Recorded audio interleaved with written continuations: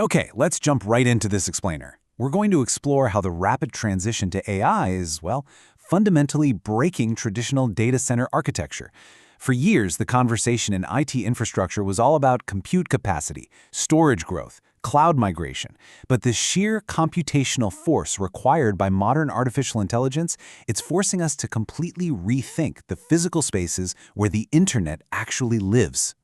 AI is not just changing software, it is redesigning the data center itself. That quote from our source material perfectly captures the massive disruption we're living through right now. The next generation of data centers won't just be judged by how many GPUs they can cram into a room. They'll be judged by how responsibly they use resources. It's no longer just servers and cables. The conversation has literally expanded to encompass energy, water, land, the carbon footprint, and even the impact on local communities. To navigate this paradigm shift, we've organized this explainer into 5 key areas. Number 1, the AI data center shift. Number 2, systems thinking for sustainability. 3, high density and advanced cooling. 4, modular and edge facilities. And finally, number 5, the integrated future. Starting off with Section 1, the AI data center shift, redefining infrastructure constraints.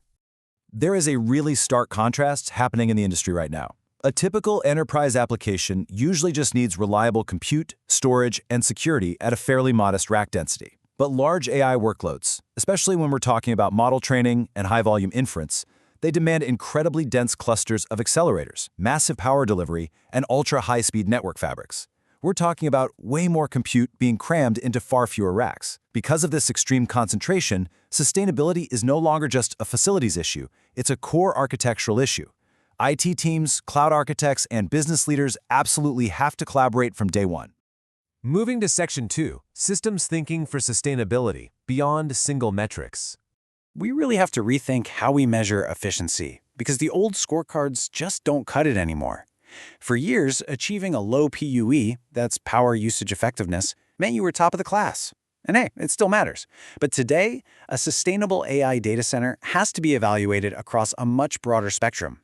You have to optimize energy right alongside water consumption, carbon impact, renewable energy use, and even the embodied carbon of the physical materials themselves. It's a highly complex balancing act.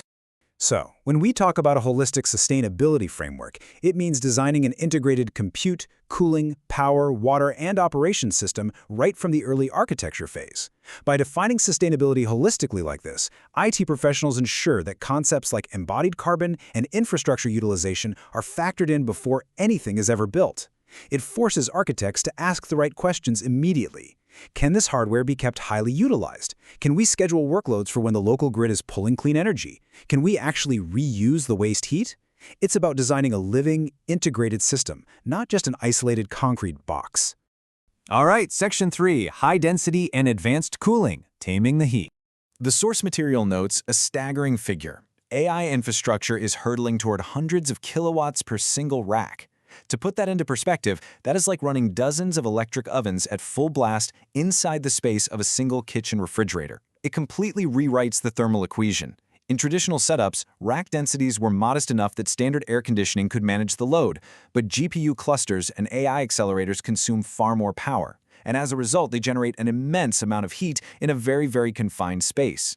Because of that extreme heat, liquid and immersion cooling are no longer optional, they're mandatory. Traditional air cooling wastes massive amounts of energy just pushing air around a giant room. Advanced liquid cooling, like direct-to-chip or full immersion, captures the heat right at the source. Now, high-density designs do shrink the physical footprint of the data center, but they also concentrate the risk.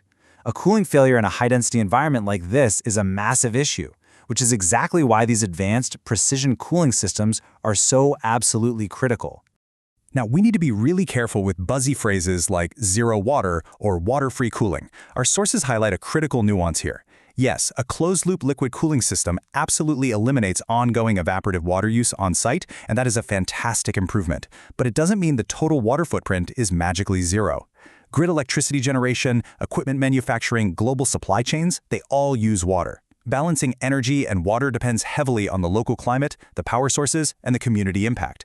In some climates, evaporative cooling saves energy but uses water. In others, dry cooling saves water but draws way more power. It's a constant trade-off. So before we build anything, IT leaders have to step back and ask this fundamental architectural question. Where does the workload belong? Because not every single AI task needs to sit in a giant centralized facility.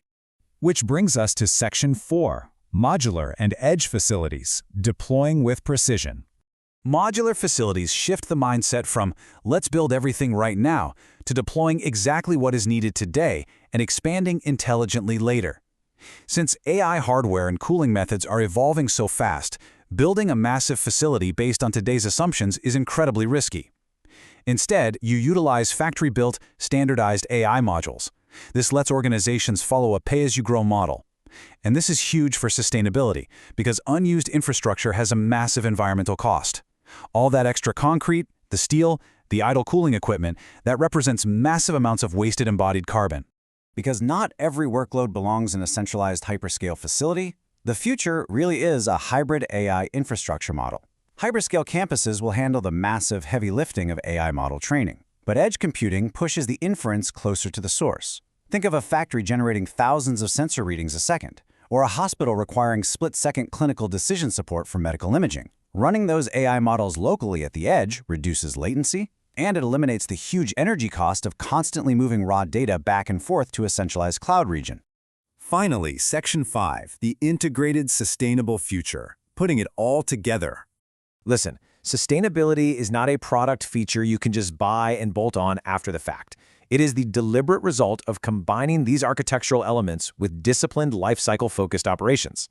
High-density design reduces space but concentrates heat. Edge centers reduce data movement but can become wildly inefficient if they're poorly managed across hundreds of locations.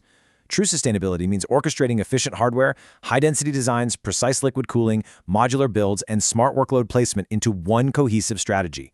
It's an environmental topic for sure, but it is equally a cost, performance, and resiliency topic. If you want to dive deeper into these technical frameworks and see real-world applications, I highly recommend checking out the book Making IT Sustainable: Techniques and Applications by Mikhail Glukovtsev, published by Academic Press.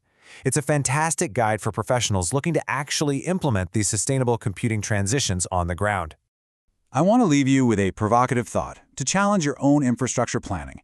As we race toward 2030, the organizations that truly win won't just be the ones with the absolute largest server counts. They'll be the ones who can prove their massive compute capacity is built on a foundation of responsible, sustainable, and highly efficient design. Think about where your workloads really belong and build for the system, not just the server. So ask yourself, are you simply scaling AI the fastest, or are you scaling AI responsibly? Thanks so much for joining this explainer.